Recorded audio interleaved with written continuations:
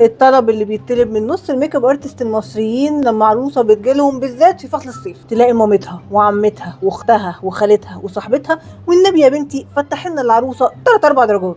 وانتي وحظك بقى يا الميك اب ارتست تطلع بنت ناس ومحترمه وتعرف تفتحك في الفرح بس تروحي البيت تغسلي وشك جوزك السرع، او تطلع ميك اب ارتست على قدها وتطلعك مجيره. طب ليه يا بنت الناس تغامري بمستقبلك وبوشك سواء بعد الجواز او قبل الجواز؟ ما تشتري برودكت زي دوت من براند مصري، كريم تفتيح محترم بمكونات طبيعيه، لو التزمتي عليه فتره هيفتحك وهيظبط لك شكل بشرتك وهيوحدها، وهتروحي للميك اب ارتست هتطلبي منها تغمقك مش تفتحك.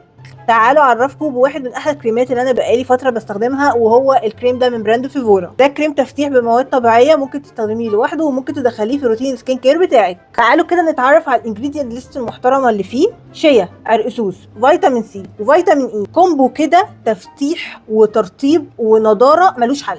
مش بس كده، البرودكت دوت معمول بتكنولوجي اسمها النانو تكنولوجي. فكرتها ان هي بتخلي الجزيئات بتاعه الانجريدينتس الموجوده في الكريم ده بحجم النانو، اللي هو حاجه كده احنا محتاجين ميكروسكوب متطور عشان نشوفها. فكل ما كانت الجزيئات دي صغيره قوي كل ما اخترقت البشره اقوى واسرع ووصلت لطبقات اعمق، فبالتالي بتدي نتيجه احسن واسرع. تقدري تستخدميه مرتين في اليوم. انا بستخدمه اول ما بصحى وقبل ما بنام، بحطه وبسيبه على بشرتي لمده 15 دقيقه لحد ما بشرتي كده تتشربه.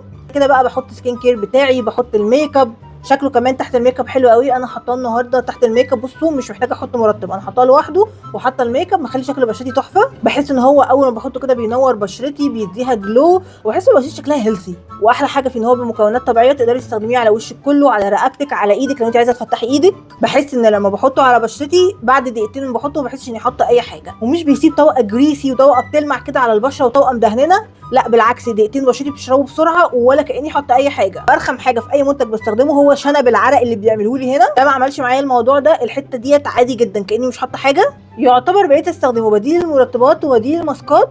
في عرايس صيف 2025 انصحكم بهذا البرودكت، هتدخلوه في الروتين بتاعكم قبل الفرح بكام شهر عشان تريحي نفسك وتريحوا الميك اب ارتست اللي انتم مطلعين عينها، وتروحوا للميك اب ارتست فله شمعه منوره بيض، اصلا مش محتاجين حد يبيضكم. ده هو مش بعيد لما تروحي البيت وتمسحي الميك اب جوزك يقول لك شكلك احلى من غير الميك اب. اعمل لكم منشن الاكونت البراند تحت، لو عايزين تسالوا على اي تفاصيل على اي حاجه ابعتوا لهم على الدي ام.